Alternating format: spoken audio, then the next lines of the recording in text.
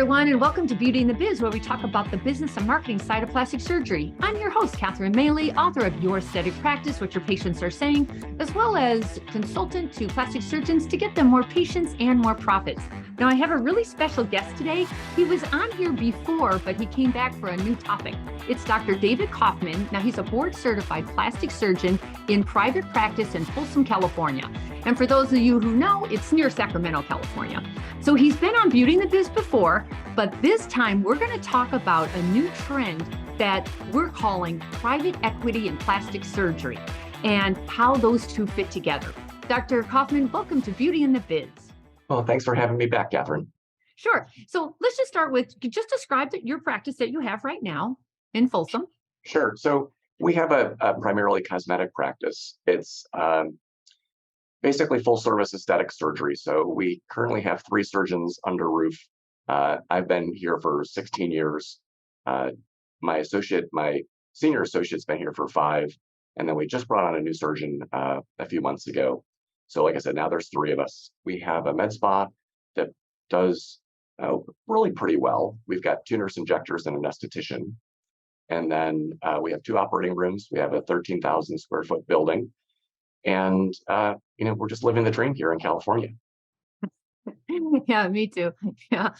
So I didn't realize you brought on another surgeon. Good for you. Wow. She's great. And she's a she, which is a differentiator. So, I think for us, that was a nice gap in our practice that we didn't have before.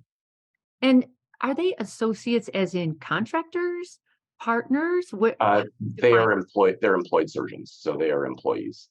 Gotcha. Okay. So let's talk about private equity. This subject keeps coming up, and I'm so glad you are in the middle of it and you can help us understand it, because I'm hearing different stories about it. And what is private equity and how does that fit with plastic surgery?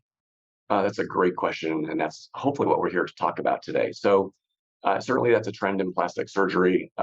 Our practice recently underwent what I call a strategic partnership, where we joined another group of practices. They have private equity backing, so we're not directly contracting with private equity, but there are certainly some practices out there now that are being acquired by private equity groups to roll up practices and then create some economies of scale. And obviously the private equity's plan is to then sell them again, hopefully for a profit. If I look at my personal situation, I turned 57 this week. Oh, by the way, happy birthday, Catherine. You too. And then, if you look at historically, the exit strategy for plastic surgeons is not great. Typically, plastic surgeons either close down their practice or sell their practice to a junior associate for what might be, 1 EBITDA or even less. If you look at what private equity brings to the table, they're certainly bringing in money to take some equity off the table, but they also have a much better sense of how to run a business. At this point, we have 35 employees, and, we're now a big business. We're not just a little mom and pop shop anymore. And our hope, at least in our perspective, is to be able to draw on the experience of these larger firms to consolidate HR, consolidate payroll, improve purchasing, create some economies of scale, and really take a small company and make it, run like a big, more efficient company. So what turned me on to this was actually when I listened to your podcast, I heard Dr. Singer, and he's actually the group that I ultimately ended up joining. Oh, okay. But certainly in medicine, these roll-ups have worked across dermatology, across GI, across cardiology, and others. So this is a thing. It's happening, and even with a pretty tight debt markets, transactions are still happening. Let me just ask a stupid question. This roll-up business, are you selling your practice in essence? Are you selling your practice to private equity so then they build it up for you, so then everybody can roll up all of these practices and then sell it again? And then you all leave with money? Right. So there's different strategies, of course, but at a very basic level, if a private equity firm comes in, they will acquire part of your practice. There's going to be an expectation that you will stay on and retain some equity. The goal then, though, is to aggregate profitability, because let's say your practice has a profit of $1, it's really not worth that much on the open market. Mm-hmm. If your practice has a profit of $10, that becomes more interesting to bigger private equity firms, and your multiple of EBITDA becomes greater. So, the goal is to aggregate practices to create greater EBITDA, to create efficiencies across the different practices, and then create a much more interesting platform to purchase for another group. Or in theory, you could go public, but I think the second private equity play for bigger firms is probably the most likely play out. Gotcha. By the way, he's saying EBITDA, just in case you don't know what that is. It's earnings before interest, taxes, and amortization. Yes. And that becomes really important, that word, when you're trying to create value for somebody else to buy. So is your practice buying into, here's why I say this. I do real estate syndications. And the way you do those is a bunch of people who have extra money, they get together and they put in like how much they want, 100,000, 200,000 and somebody has found the property. It's apartment rentals. So somebody has found this property with 200 or 300, 400 units, and they can't buy it on their own. So they get a bunch of investors together. We all put in our money. And then they buy it and they manage it, and we're passive income. So we're not involved. They make all the decisions. But when it comes time to sell it, then we all get our money back, hopefully, and then a whole lot more with it. Or it's affinity. We try to hang on to that forever as a cash producing asset. And then we never leave, because we get our money back. Is it like that, or is it something else? I wouldn't say it's like that. So Okay. in this instance, and in most instances of at least my friends that have done this, they sell some interest in their practice and they retain some interest. The goal, of course, is to continue producing and creating value to the overall company.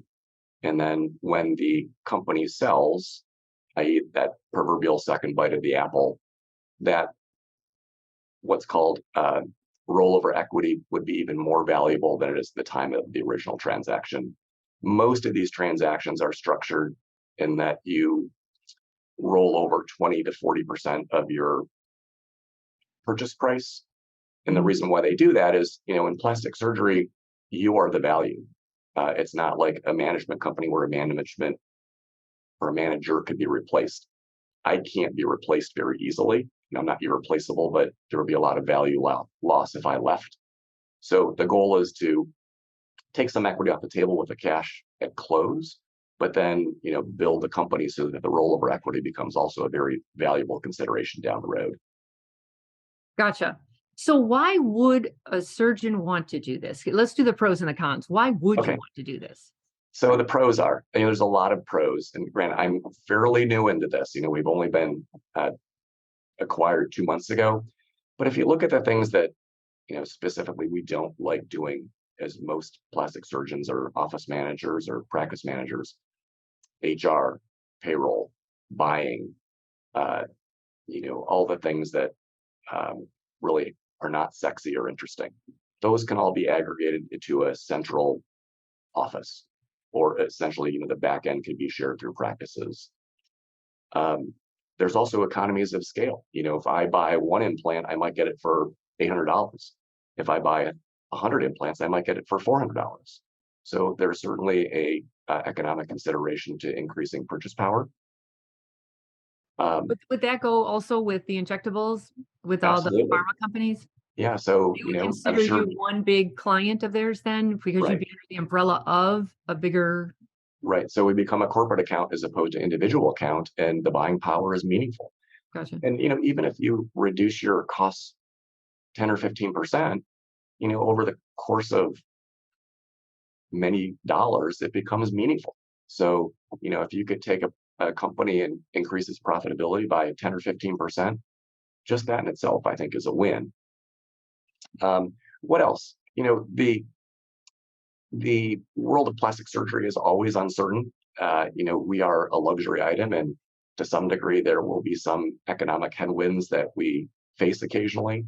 And I think doing a transaction like this for someone like me who is getting more senior in their career takes some equity off the table and gives me some financial security, so that should things go, very downhill, some of the equity is off the table, so there's some value there. And then, ultimately, my goal, and I think most surgeons' goals, are that when we aggregate our efforts together, we improve our own practices and those of others. so that when a second bite happens, if that happens, it becomes a very valuable transaction. So, you know, it's nice to have a little bit of security up at the upfront, and then hopefully there's some meaningful upside on the back end. Well, I'm also thinking does that, when they take over some of this HR and the inventory and all of that, does that mean you can not hire 2 or 3 more people to do it yourself? So you're not managing it, you're not hiring for it, and you're not spending money on that kind of labor cost. Is that a benefit, or is that part of what you're trying to do here? Certainly, that's the hope. We haven't gotten there yet because at this Mhm. point, our integration into the parent company is requiring a fair amount of effort. Okay. The goal, of course, is to centralize a lot of the stuff that we currently have employees to do. And Mhm. frankly, even if I can offload Kate, who's my wife's and office manager's plate, that would be a win too. And I think that's going to happen because, you know, these functions are definitely being taken off site. Okay. Now, who is managing, or who does the employee work for? So the employees, in my case, work for the parent company, and my parent company is Prime Plastic Surgery.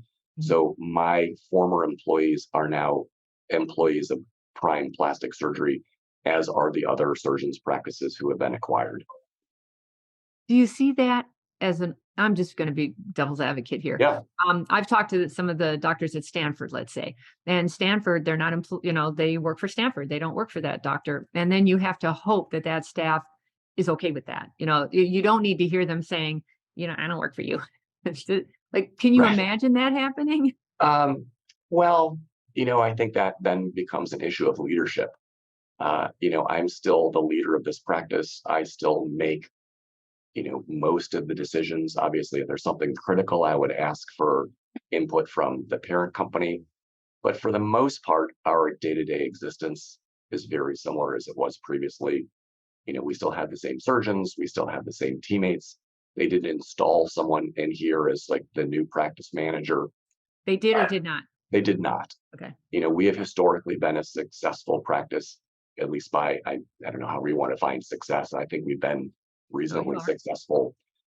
We want to maintain that. So, we don't want a cultural shift. And that was something that I carefully investigated before we made this transaction, is that, we have a successful practice with a very wonderful staff. Mhm. And I was assured that I would still be able to make decisions about compensation, bonuses, and things like that, to make sure that people still have, the right focus and incentive to provide great care for our patients here.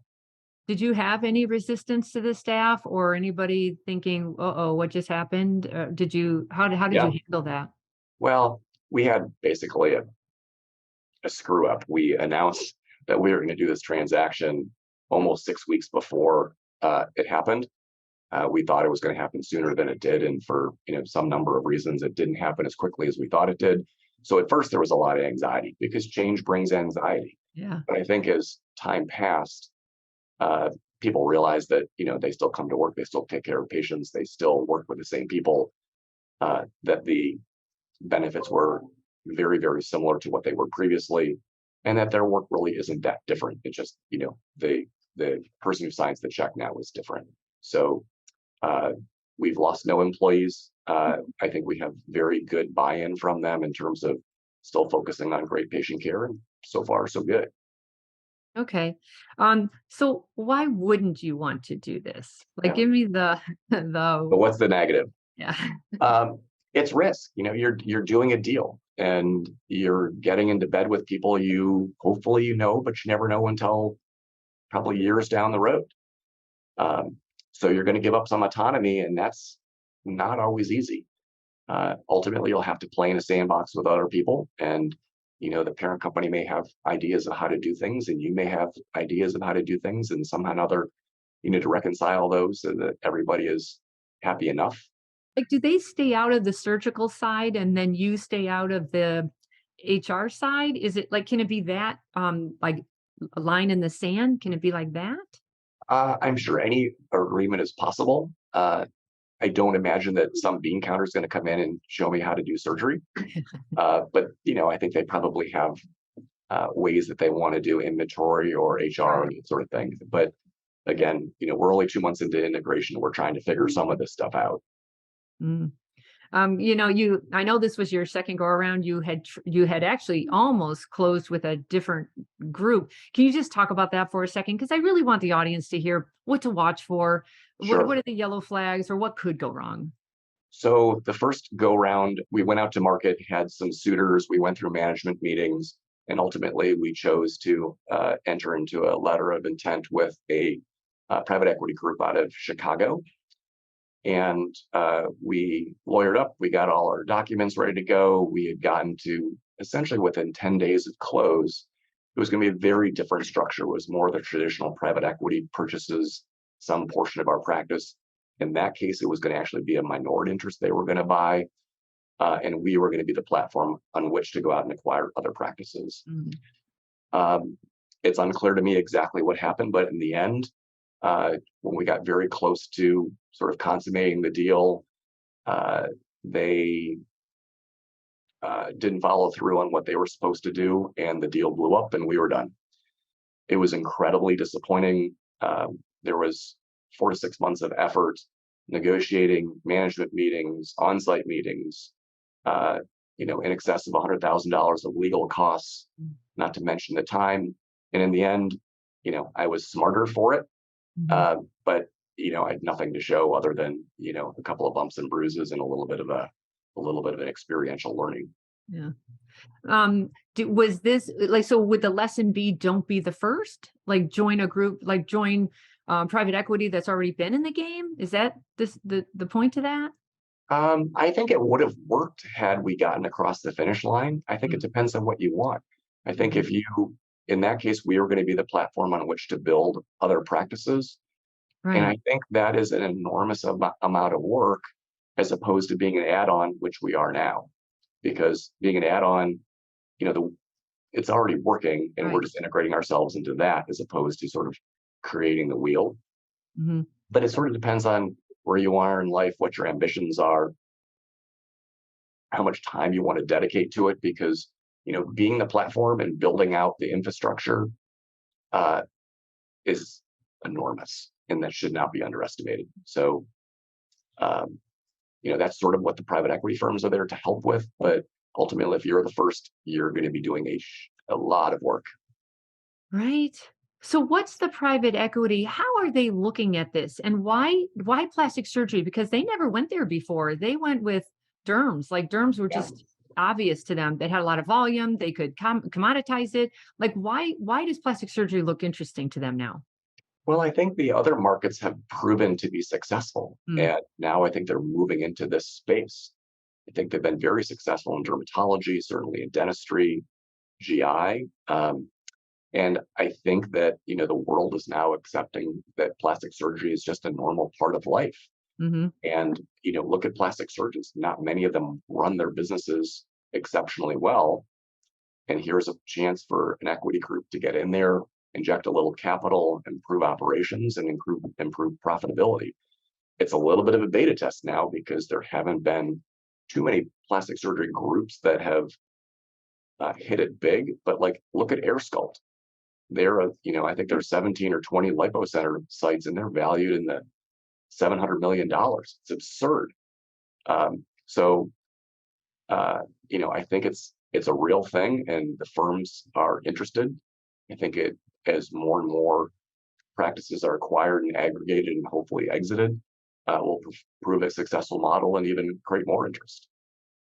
So I like to follow the money. That's kind of my thing. Sure. So, a plastic surgeon who's doing really well, but is so tired of the running of the practice, they would buy in, or the other way around. The PE would buy into them. Who's buying into whom?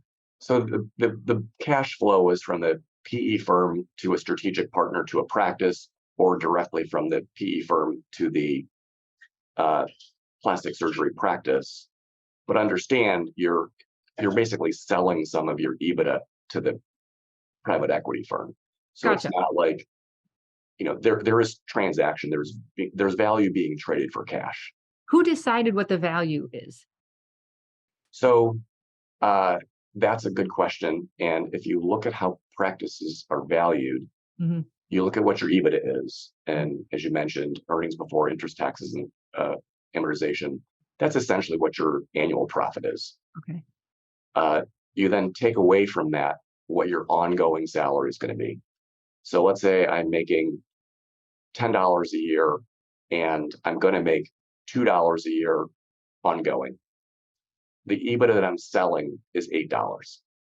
Okay. So then that EBITDA is multiplied by some multiplier, and that in the plastic surgery world could be probably as low as 3 or 4 to as high as maybe 10 if you've got a super robust practice. Mhm. And that's called your total enterprise value. So let's just say for ease of numbers, you've got 8 of saleable EBITDA and your multiple is 10. Mhm. Your total enterprise value is now $80. That's the value of your practice. Mhm. Then that value is sort of parsed up into 3 parts. Those parts are the cash at close, the rollover equity that we talked about before, and then there's sort of a middle grounds, which is called uh, earnouts. So Mhm. those are monies that are paid as long as your practice continues to perform. And those levers can be moved up and down. Like the more rollover equity you would be willing to put in, you might be able to squeak your multiple a little bit higher. Mhm. If you want a lot of cash on close, they're going to crank down in the multiple because there's more flight risk of you just leaving them high and dry with a practice that doesn't produce. But that's sort of a nutshell of how practices are valued. Mhm. I think in general, it's a very good idea to go out and get a outside quality of earnings evaluation so they can actually look at your practice, an expert can, and run the numbers so that when you go to market, you're not going to market with some inflated or completely ridiculous estimation of your own value. Mhm. Do the private equity people, do they understand our industry, or is it one of my issues is, although everyone says my business is different, we all say that my practice is different. But business is business for sure.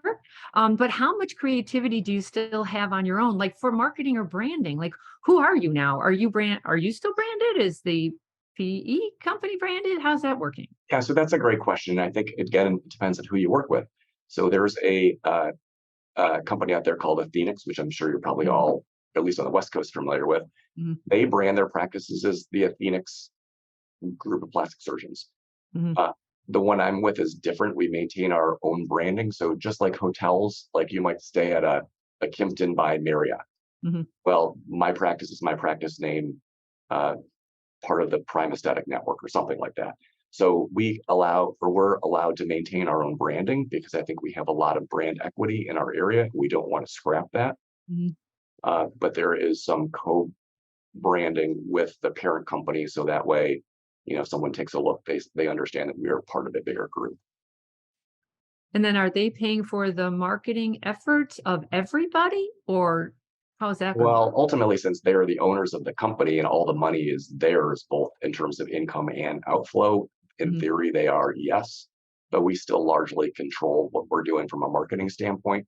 That's one of the things that we're working on collectively in terms of how to optimize our marketing. So we Mhm. now have a central VP of marketing who's trying to coordinate some of our efforts, look at best practices, track the data and see what's successful, and hopefully, disseminate best practices and try and minimize the ones that have historically not worked. Okay. So they bring the value that they're bringing to you is like business people. They're bringing you the market, the VP of marketing, the VP of inventory, like they understand the numbers part of a practice.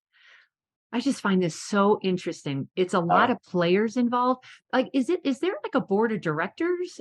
yes, Or yeah? there is. And, most of us who have put our practices into this group have a seat on the board so that we have some say in how things are done. Yeah. Um, but, the goal is taking a bunch of small practices and turning them into a big practice with economies of scale, efficiencies, and best practices across the platform. With the goal of when it's time for you to exit, because they don't need you there for a year. They need you to stay put, right? Right. So in my particular deal, I have uh, a few years of earnouts.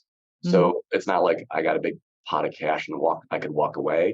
Hmm. Like I'm I'm tied to this both because I have financial ties, but also I really want to see this through. Like Hmm. this is something that I think could be transformational within plastic surgery Right. and may change the landscape.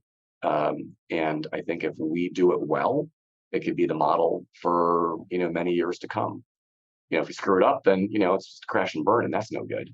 But it's going to take some effort, and I'm committed, as I believe the other people who have joined this group are. Well, you joined a good group with, I mean, Robert Singer is solid, but now, like, let's say he's getting older, how do you step out of this if you need to or want to? Yeah. So, in theory, after my earnouts, Mm. I would still have equity in the overall company. And if I wanted to work less, I could because I would just earn less because I still have a salary based on production.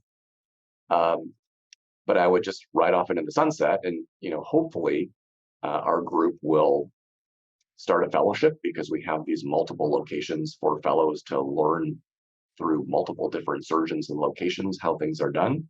Our Mhm. hope then is to take those fellows and backfill the people that leave. Um, we'll see how that works because this is all very new and mostly conceptual. Mhm. But I think there's something to be said for a fellowship that has 5 or 6 different practices to draw from in multiple different geographic locations. And then, of course, we'll be looking at them and hopefully they'll be looking at us. And if we find a match, if it's time for someone to leave or another practice is ready to bring on another associate, that would be a perfect person to put in there. Well, with the trends the way they're going, you can't be a fellow with a million or two extra to invest in some practice, to buy somebody else's practice. So that actually makes a lot of sense because those days that's not going to happen usually. If they had 1 or 2 million, they'll just open their own place typically. But if you let them get into something like this, I assume they're walking in without an investment, maybe making an investment. However, that also holds them back from equity. They probably don't get equity for a while. Right. So is that also one of the points? So certainly there's zero risk to Right. onboarding. And for a young surgeon who is right out of training, it's a great opportunity to both learn aesthetic surgery because historically residencies have not been great at training in that regard. Mhm. Um, at that time in your life, typically people don't have a whole lot of money to buy a practice or buy a building or build an OR. Right. Um, and then the goal is, if a younger surgeon joins and over the course of the first few years shows promise or commitment, we're trying to craft some ways to create equity or at least phantom interests for uh, younger surgeons to keep them committed to the long-term success of the practice. Okay. And then would you want more and more practices joining? Is that helpful to have that big scales of economy, or economies of scale? However, is there a point of getting too big and getting lost in all of this and imploding? Sure. Well, I think that the answer to that is growth is always, well, usually desired. Mm. Certainly, we need to work out the kinks of onboarding so that as new practices are integrated in, they're done in such a way that it's not disruptive to the practice so that they don't take a hit on the way in. I don't know what the exact right number is for a target to either, sort of go up for a second offering or consider public. My sense is in the 30 to $50 million of EBITDA. So once you aggregate to that level, that puts you on the radar of big PE firms or maybe even considering, public offerings. Mhm. But we're not anywhere near that, but we're working in that general direction. I just thought of something. For you to make this work, somebody like the centralizing has to know the numbers and they have to Yes. consolidate and know they need data. Yes. Is everybody going to need to be under the same EMRs, Yes. phone systems, payment plan, all of that? So, Will all of that be consolidated, well, centralized? we are already on the same EMR. Okay. Some of the practices have better use of the EMR than others, and that's one of the things that certainly the IT department will work on is bring everybody up to speed so there's similarity across platforms. Uh, I believe we're all running on the same accounting system and Oh, the same okay. bill pay system, so that's truly a centralized company with essentially regional offices as opposed to just a bunch of people strung together on QuickBooks. Right? That would be confusing. Yeah, well, they have in my opinion, at least from the feedback I've gotten from Kate, an exceptional chief financial officer. And there's a lot to keep track of. There's a lot to keep track of. For sure. Has this been like a part-time job for you, a full-time job? Like, what kind of time goes into this? Well, I would say that my lovely wife, Kate, it's been all consuming because she runs our practice and she's always made it so, I just have to operate Mm, and, see patients, and she takes care of making the machinery work around us. mm. So it's been an enormous undertaking on her part, for which I'm deeply, deeply in debt. Uh, but no, it's been a lot of work. But I hope that we see the light at the end of the tunnel, which is efficiencies that take a lot of the crap that she doesn't like to do off her plate Yeah. and make them better.